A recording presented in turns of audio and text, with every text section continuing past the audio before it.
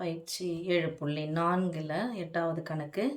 ஓர் அரைக்கோள வடிவ கிண்ணத்தின் விளிம்பு வரையில் பழச்சாறு நிரம்பியுள்ளது. அரைக்கோள வடிவ கிண்ணத்தின் விளிம்பு வரையில் அப்படின்னா எஜ்ஜு வரைக்கும் அரைக்கோளம் போட்டுக்கலாம். இது மாதிரி ஒரு கப் இருக்கு.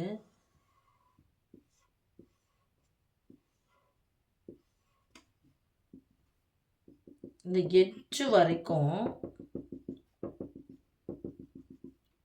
எட்ஜு வரைக்குமே என்ன இருக்குன்னா ஜூஸ் இருக்கு, பழச்சாறு நிரம்பி உள்ளது. உயரத்தை விட 50% அதிகம் ஆரம் கொண்ட, என்ன கொண்ட? ஆரம் கொண்ட. எதை விட? உயரத்தை விட. ஓகே, அப்போ உயரத்தை விடன்னு சொன்னால் 50% அப்படின்னு 50/100. எதில்? உயரத்தில். அதிகம்னா என்ன பண்ணணும்? ப்ளஸ் பண்ணணும். என்ன கொண்ட? ஆரம் கொண்ட. அப்போ ஆர் ஈக்குவல் டு இதான். ஒரு ஹெச் கூட 100ல் 50க்கு எக்ஸ்ட்ரா இருக்குது அப்படின்னு சொன்னால் ஏற்கனவே 100க்குன்னு வச்சுக்கலாம். இது ஒரு 50 எக்ஸ்ட்ரா நானது 150. அதான் 50 இன்ட்டு ஹெச் போடலாமா? பை 100. நடுவில் ப்ளஸ்ஸோ மைனஸ் வச்சு என்ன பண்ணணும்? குறுக்க பெருக்கி கூட்டி பை போடணும். 100 இன்ட்டு ஹெச் 100 ஹெச். அப்போ ஒத்த உறுப்புகளாக மாறிடுச்சா? இதுவும் ஹெச் இதுவும் ஹெச். அப்போ 100 ஹெச் ஒரு 50 ஹெச் சேர்த்தா 150 ஹெச். அப்போ இது மாதிரி அதிகம்னு சொன்னாங்கன்னா கூட்டிக்கோங்க. சதவீதம்னா 100. உயரத்தை விட 50% அதிக ஆரம் கொண்ட. அப்போ ஆரம் ஆர் ஈக்குவல் டு உயரத்தை விடனா உயரமே ஏற்கனவே ஹெச் இருக்குது. 50% அதிகம் அப்படின்னு சொன்னால் 150 ஹெச் பை 100. சதவீதம்னா 100 தானே? ஓகே. ஆரம் கொண்ட உருளை வடிவ பாத்திரத்திற்கு மாற்றப்படுகிறது. உருளை வடிவ பாத்திரத்துக்கு மாற்றுறாங்களாம். அப்போ இந்த ஜூஸ் எடுத்து ஒரு கிளாஸ் இருக்கு இல்லையா, டம்ளரு, அதில் எடுத்துகிட்டு வந்து ஜூஸ் என்ன பண்ணுறாங்க? மாற்றுறாங்க.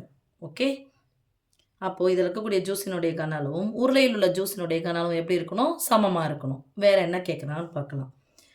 பழச்சாறு மாற்றப்படுகிறது.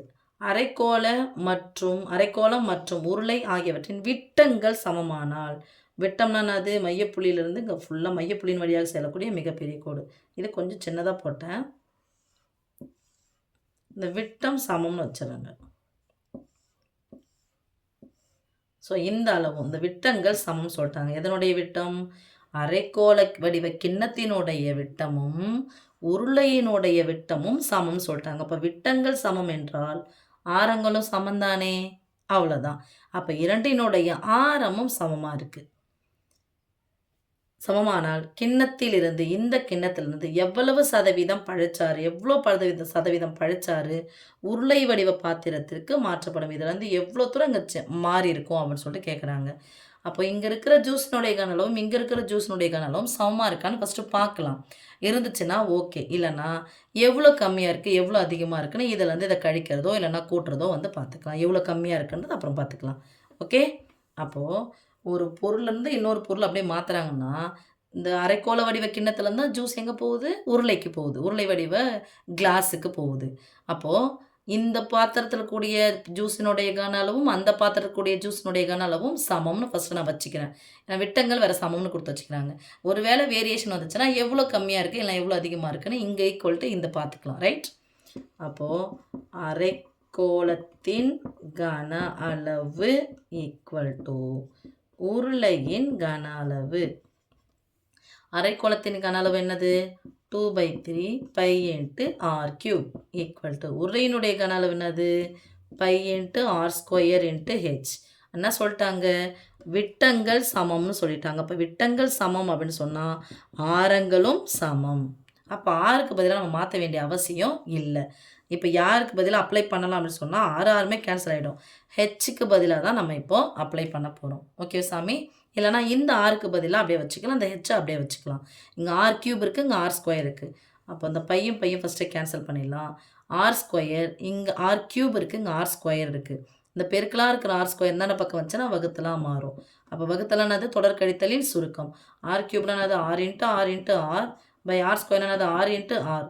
அப்போ ஒரு ஆறு ஆகிடும், கேன்சல் ஆகிடும். அந்த அடிமானங்கள் ஒரே மாதிரி இருந்து நடுவில் வகுத்துக்கள் இருந்துச்சுன்னா அடுக்குகள் என்ன பண்ணிக்கணும்? கழிச்சிக்கணும். அப்போது இந்த ஆர் ஸ்கொயர்லேருந்து அடுக்கு 6 அடுக்கு 3லேருந்து 6 அடுக்கு 2 எது கம்மியாக இருக்கோ கழிச்சிடலாம். நீக்கலாம் நானது வகுத்தலாம் நீக்குதல் தானே? ஓகே. இப்போ இங்கே இருக்கிறது மீதி யார் சாமி? 2/3 இன்ட்டு 6 அடுக்கு 3லேருந்து 2 போனால் 1 போட வேண்டிய அவசியம் இல்லை. இன்ட்டு ஆர் ஈக்குவல் டு யார் மட்டும் இருப்பாங்க? ஹெச் மட்டும் இருப்பாங்க. இப்போ 2/3 இன்ட்டு ஆருக்கு பதிலாக நம்ம என்ன பண்ண போகிறோம்? உயரத்தை விட 50% அதிகம் சொன்னாங்களே, சதவீதம்னு என்னது? 100க்கு. ஏற்கனவே ஒரு ஹெச் இருக்குது, இதில் ஒரு ½ ஹெச் சேருது. அப்போ இல்லை அப்படின்னா தான் ½ ஹெச் சேருதுன்னா இதை கேன்சல் பண்ணிங்கன்னா அப்படின்னு சொன்னால் 1.5 தான் வரப்போகுது, இல்லைனா 3/2ன்னு வரப்போகுது. அப்போது 50%னா 100க்கு 50 போகுது. ஏற்கனவே அங்கே 100க்குன்னு அர்த்தம். அப்போ 100 50 சேர்ந்தா 150. எதில்? உயரத்தை விடன்னு சொல்லிட்டாங்க. அப்போ எப்படி போடணும்னு தெரியுது இல்லைம்மா? R equal to H plus 50% என்னது? 50/100. யாரு கூட சேருது? உயரத்து கூட சேருது.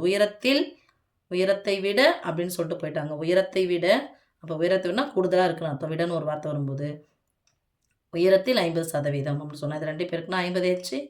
இங்கே ஒரு ஹெச் இருக்குது, நடுவில் ப்ளஸோ மைனஸ் வச்சா குறுக்க பெருக்கி கூட்டி பை போடணும். 100 இன்ட்டு ஹெச் 100 ஹெச், இது ஒரு 50 ஹெச் சேர்த்தா 150 ஹெச்/100. ஓகேம்மா? இப்போ ஆருக்கு பதிலாக நம்ம போட வேண்டியது 150 ஹெச்/100 ஈக்குவல் டு ஹெச். இந்த பெருக்கலாக இருக்கிறது இல்லை அப்படின்னா அந்த பெருக்கலாக இருக்கிற ஹெச் தானே பக்கம் போனால் வகுத்தலாம் மாறும். அப்போ என்ன பண்ணலாம்? ஒரு ஹெச் ஒரு ஹெச் கேன்சல் பண்ணிக்கலாமா? இங்கே 1 வந்துருச்சா? ஓகே. இங்கே கேன்சல் பண்ணலாமா? ஒரு 0க்கு ஒரு 0 கேன்சல். 3×5 5, 2×5 10. நடுவில் பெருக்கல் குறுக்கு கேன்சல். 1×2 1×2 1×3 1×3. அப்போ 1 ஈக்குவல் டு 1ன்னு வந்துருச்சு. சமமாக வந்திருக்கா? அப்போது இந்த எவ்வளவு சதவீதம் பழச்சாறு மாற்றப்படுது? இது ரெண்டுமே ஈக்குவலாக ஆகிடுச்சு. கன அளவுகள் சமன்னு அர்த்தம். அரைக்கோள வடிவ பாத்திரக்கூடிய ஜூஸ் ஆனது முழுசாக யாருக்குள்ளே இருக்கிறாங்க? உருளைக்குள்ளே இருக்குது. அப்போது ரெண்டும் சேமாக இருக்கிறாங்க, ரெண்டுமே சமமாக இருக்கிறனால எவ்வளோ ஜூஸ் ஃபுல்லாக ஊற்றியாச்சு, அதுக்குள்ளே ஃபுல்லாகவே ஊற்றிட்டாங்க.